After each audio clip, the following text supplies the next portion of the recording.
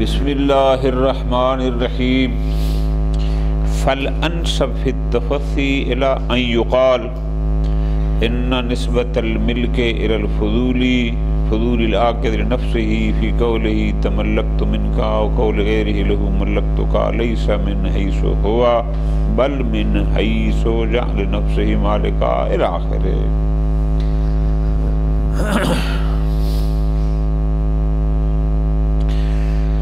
یاد ہے نا، بحث یہی تھی کہ بیع الفضولی لنفسہ میں بعض لوگ کہتے تھے کہ یہاں اجازہ مالک کسی کام کا نہیں ہے، کیوں؟ ما اجیزہ لم ینشا وما انشا لم یجاز۔ اس کے جوابات چل رہے تھے۔ ایک شیخنا نے خود جواب دیا تھا، اس میں کیا فرمایا تھا؟ فل اولا فل جواب، یہ کہا تھا نا۔ پھر اس جواب کے بعد خود ہی ایک اشکال کیا تھا کہ اگر مشتری تملک تو کہہ کر اشترا کرتا اور ہے فضولی، وہاں پر اگر مالک ثمن اجازہ دے تو وہاں مشکل ہو جائے گی، چونکہ وہ اجازہ اس انشاء کا نہیں ہے۔ اس نے انشاء کیا تھا تملک تو اپنی ملکیت میں لیتا ہوں۔ یاد ہے نا جی وہ سارا اشکال۔ فل انسا فرماتے ہیں اس اشکال کے لوگوں نے جو بھی جواب دیے، میرے خیال میں اس اشکال کا جواب بھی ہمارے پاس موجود ہے۔ نتیجہ، چاہے فضولی بائع ہو چاہے مشتری، بیع لنفسہ اور اشتراء لنفسہ کی صورت میں بھی اگر مالک مسمن یا مالک ثمن اجازہ دے دے تو بھی معاملہ صحیح ہے۔ اور یہ جو اشکال آ رہا تھا، اس نے تو کہا تھا تملک تو میں اپنی ملکیت میں لے رہا ہوں، فرماتے ہیں اس سے بھی کوئی فرق نہیں پڑتا۔ اب دو تین باتیں ہیں، بہت مہربانی ذرا توجہ کے ساتھ انشاءاللہ۔ فرماتے ہیں آقا جان، غور ذرا، آپ ہمیں یہ بتائیں کہ طبیعت مبادلہ اور معاوضہ کیا ہے، جس کو ہم کہتے ہیں حقیقت، مفہوم، طبیعت کا تقاضا کیا ہے۔ اب ایک نقطہ علیحدہ رکھنا ہے۔ طبیعت معاوضہ کا تقاضا یہ ہے، ایک طرف ہے یہ موبائل اور ایک طرف ہے 5000 روپے۔ بہت غور، طبیعت معاوضہ کا تقاضا یہ ہے، یہ موبائل اسی کی ملکیت میں جائے گا جس کی ملکیت سے 5000 نکلیں گے،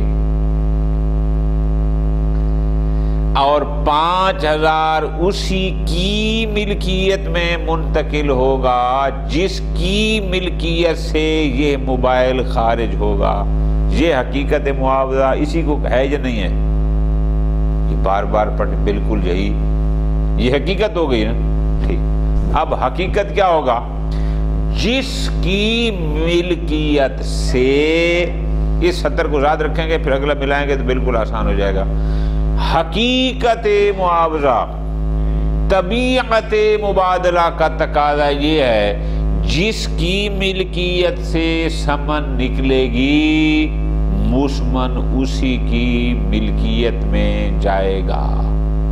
ٹھیک ہو گیا جی؟ کلیئر ہو گیا؟ ٹھیک، اچھا۔ اب فرماتے ہیں یہ شخص جو کسی کے پیسے اٹھا کر موبائل خریدنے آ گیا، 5000 کسی کا اٹھایا اور آ گیا موبائل لینے، ایک بھائی اس کو موبائل دے رہا ہے، بہت غور، وہ کہہ رہا ہے تملک تو، یا یہ کہہ رہا ہے کہ میں ملک تو کا تمہیں مالک بناتا ہوں۔ بہت غور آگا، یہاں ہیں 3 صورتیں۔ آیا وہ اس بندے کی شخص کو دیکھ کر مالک بنا رہا ہے، چونکہ یہ حافظ آکاش ہے لہذا اس کے آکاش ہونے کی وجہ سے میں اس کو موبائل کا مالک بنا رہا ہوں، اس لیے یا چونکہ یہ میرے پاس خریدنے آیا ہے اور یہ اس طرح تو کہہ رہا ہے لہذا اس لیے میں اس کو مالک بنا رہا ہوں، یا چونکہ یہ سمن کا مالک ہے میں اس لیے اس کو مالک بنا رہا ہوں۔ ان تین میں سے کون سی صورت ہوتی ہے بائے کی نظر میں جب وہ ملکتکا کہتا ہے؟ تو یقیناً اس کی نظر میں یہی ہوتا ہے چونکہ یہ سمن کا مالک ہے لہذا میں اس کو مالک بنا رہا ہوں۔ وجہ یہ ہے کہ جب تک سمن پر ملکیت نہ ہوگی مسمن اس کی ملکیت میں آ ہی نہیں سکتا۔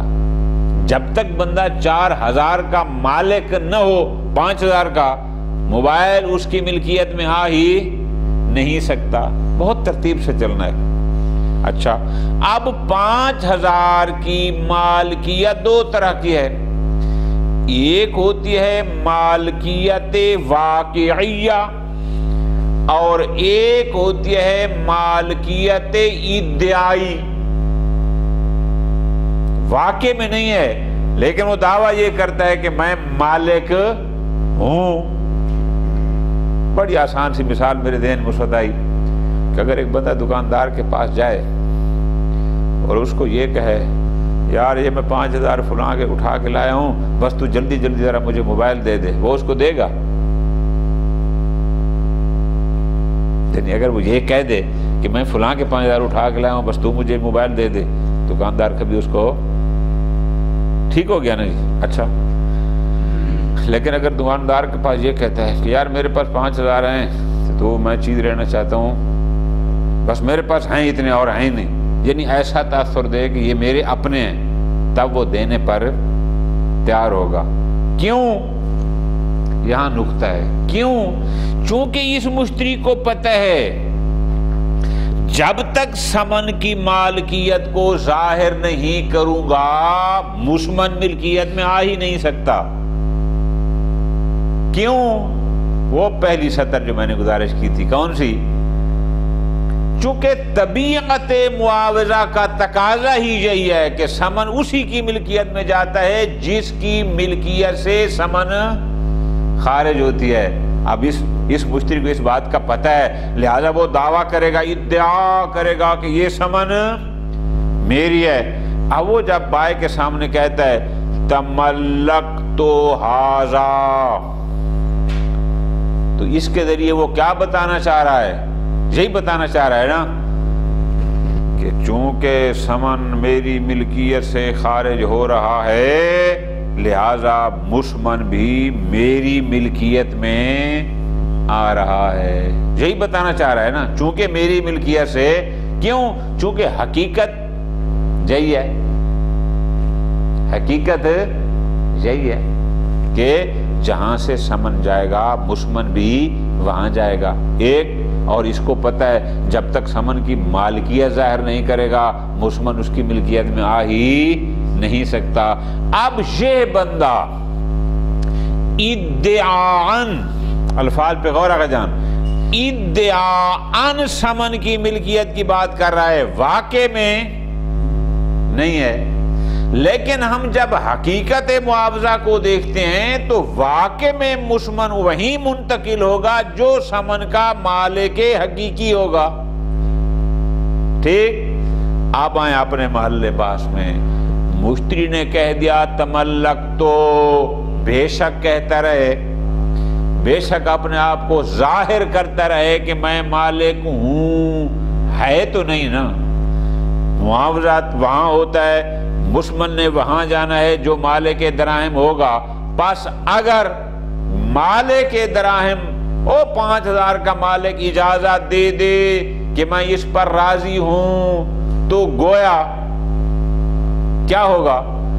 مسمن وہیں جائے گا جس کی جیب سے 5,000 نکلا ہوگا، تو واقع میں وہ حقیقی مالک کی جیب سے نکلا ہے یا اس مشتری کی جیب سے؟ تو اس کا مطلب ہے پھر موبائل کا مالک بھی وہی بنے گا۔ یہ مشتری بازار میں کھڑے ہو کر 100 دفعہ یہ تاثر دیتا رہے کہ میں مالک ہوں، کسی کے تاثر دینے سے تو وہ مالک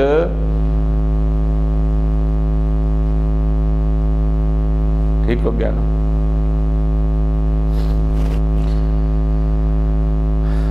درمیان میں بات ہماری ختم ہو گئی، لہٰذا یہ اس کا جواب ہے کہ اگر مشتری تملک تو کہتا بھی ہے تو بھی کوئی ٹینشن نہیں، اگر مالک اجازت دے دے تو بھی معاملہ صحیح ہو سکتا ہے۔ دو باتیں ذرا علمی نکتے ہیں، اس کو غور سے سننا ہے۔ کبھی حکم ہوتا ہے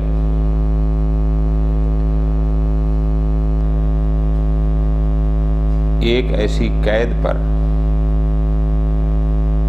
ایک ایسی چیز پر کہ وہ اس حکم کے موضوع کے لیے حیثیت تقییدیہ رکھتی ہے۔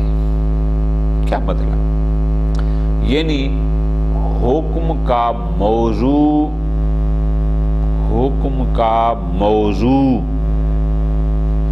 کبھی ذات ہوتی ہے اور کبھی قید ہوتی ہے۔ میں آپ کو بالکل آسان کر رہا ہوں بہت ساری چیزیں چھوڑ کے۔ اگر حکم کا موضوع ذات ہو اس کو کہتے ہیں حیثیت، حکم کی حیثیت تعلیلیہ، کہ جہاں یہ ذات ہے وہاں یہ حکم ہے۔ اگر حکم کا موضوع قید ہو اس کو کہتے ہیں حیثیت قیدیہ۔ تو وہاں حکم اس حیثیت کے لیے ہوگا، جہاں بھی وہ حیثیت پائی جائے گی وہ حکم ہوگا۔ اب یہ ہو گیا قانون۔ ہم آتے ہیں اپنے محلِ باس میں، ہمارے محلِ باس میں انتقال ملکیت میں ایک حیثیت قیدیہ موجود ہے۔ وہ کون سی؟ جہاں سے عوض نکلے گا معوض وہیں جائے گا۔ ذات خود حیثیت پر یہ حکم ہوگا انتقال والا۔ ہمارے محلِ بحث میں عوض کس کی جیب سے نکل رہا ہے؟ مالک ثمن اس کی جیب سے نکل رہی ہے نا۔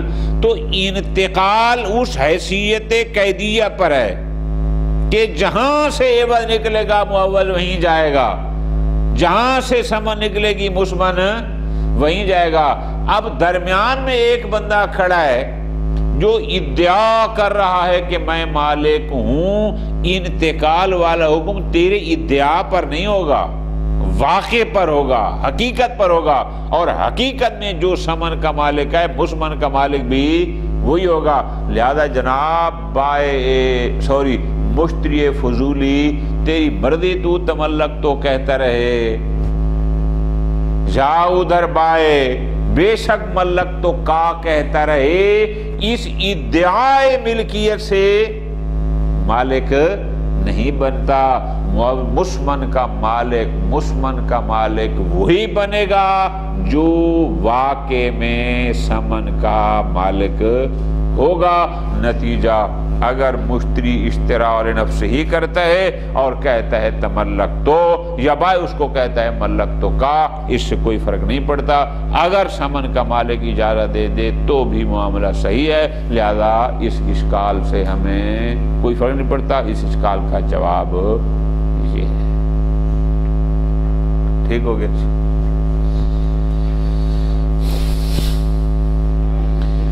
فالانساب، خدا طالب اگر لائبریری میں ہو تو اس نے اس کو بہت اچھی طرح سے اس چیز کو واضح کیا ہے، باقیوں نے اتنا نہیں کیا۔ فالانساب فی التفصی، وہ جو اشکال ہوا تھا فلولا فی الجواب والے پر کہ اگر مشتری تملک تو کہتا ہے تو پھر اجازہ مالک اگر ہو گیا تو ما انشاء لم یجر ما وجد لم ینشا والا اشکال لازم آتا ہے تملک تو کہنے کی صورت میں۔ یہاں کہتے ہیں اس اشکال کا بہتر جواب یہ ہے، زیادہ مناسب ہم یوں جواب دیں وہ اشکال بھی رفع ہو جائے گا۔ اچھا ہم کیا کہیں؟ بہت غور رکھا، ان نسبت الملک الی الفضول العاقد لنفسه فی قولہ تملکتو من کا، ایک مشتری فضولی ہے، اشترا لنفسہ ہی کرتا ہے اور قبول کے لیے بھی الفاظ استعمال کرتا ہے تملکتو، میں اپنی ملکیت میں لیتا ہوں، او قول غیر لا، یا بائے اس کو کہتا ہے ملکتو کا، میں تجھے مالک بنا رہا ہوں، لیسا من حیث ہوا، وہ جو تین احتمال ذکر کیے ہیں نا وہ لیسا من حیث ہوا کی تفصیل تھی، اس لیے نہیں کہ اس شخص میں اس کو دلچسپی ہے کہ اس کی داڑھی بڑی ہے ماشاءاللہ، سر پہ رومال رکھا ہوا ہے، اگر توصیف کی طرح نئی نئی شادی کی ہوئی ہے لہذا میں شخص کو دے رہا ہوں، لیسا من ہوا، شخص مقصود نہیں، لیسا من ہوا اس لیے نہیں کہ یہ میرا مشتری اور یہ قبیل تو کہہ رہا ہے، نہیں، بلکہ وہ اس لیے کہہ رہا ہے ملک تو کا، یا وہ ادھر سے کہہ رہا ہے خود مشتری کے تملک تو، کیوں وہ کہہ رہا ہے من حیث جعل نفسہ مالکا، کہ یہ سامنے کھڑا شخص اپنے آپ کو مالک قرار دے رہا ہے، اعتقاداً او عدواناً، اعتقاداً کیا یعنی اس کو پتہ نہیں تھا، انہیں سمجھا میں مالک ہوں، عدواناً جیسے غاصب ہوتا ہے، جیسے چور ڈاکو ہو گئے وہ ظلم کرتے وہ کہتے ہیں میں مالک ہوں، تو پس غور کرنا عبارت میں مہربانی کرنا، یہ جب بندہ کہتا ہے کہ ملک تو کا، وہ اس لیے اس کو کہتا ہے کہ وہ بندہ اپنے آپ کو سمن کا مالک بنا رہا ہے، اور یہ بھی اس لیے کہتا ہے کہ میں تمہیں مالک بناتا ہوں چونکہ اس نے یہ سمجھا چونکہ یہ سمن کا مالک ہے تو لہذا مسمن کا مالک بھی یہی بنے گا۔ اب یہاں پر دو باتیں خود کرنی ہیں، کیوں؟ اس لیے کہ مسمن کا مالک بن ہی تب سکتا ہے جب وہ سمن کا مالک ہوگا، اب یہ اپنے آپ کو سمن کا مالک ظاہر کر رہا ہے اس لیے وہ بھی اس کو مسمن کا مالک قرار دے رہا ہے۔ فرماتے ہیں آپ دیکھتے نہیں لو عقلا لنفسہ من دون البناء علی مالکیت للثمن، کہ اگر ایک بندہ یہ کہے کہ میں سمن کا مالک تو نہیں ہوں لیکن تو مسمن مجھے دے، میں اس کو اپنی ملکیت میں لیتا ہوں، ادھر وہ سمن کی مالکیت کی بات نہیں کرتا، التزمنا باللغویت ہے، تو ہم کیا کہیں گے ایسا معاملہ لغو ہے، کوئی نقل و انتقال نہیں ہوا، نقل و انتقال کی ضروری ہے کہ پہلے وہ سمن کا مالک ہو۔ کیوں؟ فرماتے ہیں اس لیے ضرورت عدم تحقق مفہوم المبادلہ بالتملک شخص المال بإضاء مال غیرہ، مفہوم معاوضہ وہاں ہوتا ہی نہیں ہے کہ جہاں ایک طرف تو اپنے مال کی مالک ہو اور دوسری طرف مال کا مالک نہ ہو بلکہ غیر کا مال ہو، غیر کیا مال دے کر کسی مال کو اپنی ملکیت میں لینا، اس کو معاوضہ مبادلہ کہتے ہی۔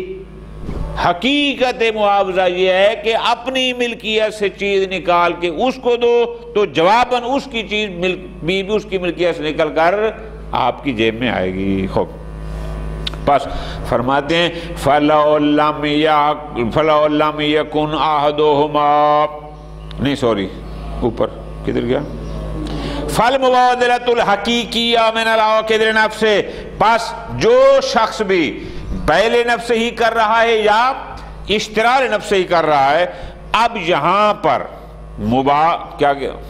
مبادلہ حقیقیہ کب ہوگا؟ وہ تب ہوگا اذا کان مالکا حقیقیا، او ادعائیہ، میں جو موبائل کو اپنی ملکیت میں لینا چاہ رہا ہوں، مبادلہ تب ہوگا کہ یا میں 5000 کا مالک حقیقی ہوں یا میں 5000 کا مالک ادعائی، میں یہ دعویٰ کروں کہ یہ میرا ہے، تب جا کر مبادلہ بنے گا اور معاوضہ کہلائے گا۔ فَلَوْ لَمْ يَكُنْ أَحَدُهُمَا، ایک بندہ 5000 دے رہا ہے، نہ وہ اس کا مالک حقیقی ہے اور نہ ہی وہ دعویٰ کرتا ہے کہ میں اس کا مالک ہوں، یعنی واقع میں بھی نہیں ہے اور ادعائی بھی نہیں ہے، وَعَقَدَ لِنَفْسِهِ، اور بیع کر رہا ہے، اشتراک کر رہا ہے، اشتراء نفسی، تو مجھے موبائل کا مالک بنا دے، جبکہ یہ بھی نہیں کہتا کہ یہ 5000 میرا اپنا ہے، لم يتحقق المعاوضہ والمبادلہ حقیقتاً، وہ صورت مبادلہ یا معاوضہ تو ہو سکتی ہے، حقیقی معاوضہ یا مبادلہ نہیں ہوگا، چونکہ نہ یہ حقیقت میں مالک ہے اور نہ یہ دعویٰ کر رہا ہے کہ میں اس کا مالک ہوں۔ بس غور الفاظ پہ آگا، فَإِذَا قَالَ الْفُضُولِ الْغَاصِبِ الْمُشْتَرِي لِنَفْسِهِ، ایک مشتری غاصب ہے، کسی کے 5000 اس نے اٹھائے ہوئے ہیں اور اشتراء لنفسہ کر رہا ہے، اور دکاندار سے کیا کہتا ہے، تملکت من کا قضا بقضا، تجھ سے یہ موبائل 5000 کے بدلے میں اپنی ملکیت میں لے رہا ہوں، حالانکہ وہ واقع میں 5000 کا مالک ادعا کر رہا ہے۔ فالمنسوب الیہ التملک، وہ جو نسبت دی جا رہی ہے تملک، تو اپنی ملکی، جو تملک کی نسبت اپنی طرف دے رہا ہے، انما هو المتکلم لا من حیث ہوا، اس لیے نہیں کہہ رہا کہ میں زید ہوں، اس لیے نہیں کہہ رہا کہ میں موبائل کو ملکیت میں لے رہا ہوں اس لیے کہ عقد میں پڑھ رہا ہوں، بلکہ اس لیے لے رہا ہے کہ من حیث عد نفسہ مالکا، کہ وہ اپنے آپ کو مالک شمار کر رہا ہے، تب تو کہہ رہا ہے کہ موبائل کو اپنی ملکیت میں لے رہا ہوں، چونکہ وہ اپنے آپ کو ثمن کا مالک قرار دے رہا ہے، چاہے اعتقاداً چاہے عدواناً، لیکن ثمن کے مالک قرار دینے کی بنیاد پر وہ کہہ رہا ہے کہ یہ موبائل میری ملکیت میں آ رہا ہے۔ فرماتے ہیں وحیث ان ثابت للشیء من حیثیت تقییدیہ، یہ علیحدہ جملہ ہے کہ جب بھی کوئی حکم، جب بھی کوئی چیز کسی شے کے لیے حیثیت تقییدیہ کے لیے ثابت ہوتی ہے تو وہ اسی حیثیت کے لیے ہوتی ہے کہ جہاں بھی وہ حیثیت ہوگی بس یہ حکم اس کے لیے ہوگا، اس سے ہٹ کر کسی اور کے لیے نہ۔ الخمر، ہدى طالب کی عبارت، الخمر حرام لأنہ مسکر، حکم حرمت خمر کی حیثیت تقییدی اسکار پر ہے، اسکار ہے بس حرمت ہے، رنگ کیسا ہے، بوتل کیسی ہے، کس کی دکان پر پڑا ہے، ان چیزوں سے کوئی غرض نہیں ہے، مسلمان کے ہاتھ میں ہے، غیر مسلم کے ہاتھ میں ہے، اس سے کوئی غرض۔ حیثیت تقییدیہ چونکہ مسکر ہے، جہاں اسکار ہے بس حرمت ہے۔ شاباش، یہی صورت ہے حیثیت کی انتقال کی، جس سے عوض نکلے گا معوض وہیں جائے گا، کس کے ہاتھ میں ہے وہ عوض، اس سے کوئی تعلق، چاہے وہ مالک حقیقی کے ہاتھ میں ہے تو چاہے کسی اور کے ہاتھ میں، اس سے کوئی فرق نہیں پڑتا۔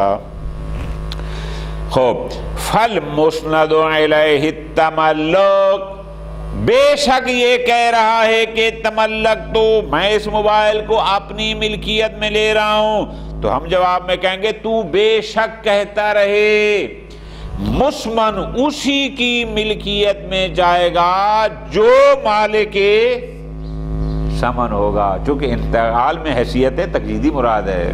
خوب،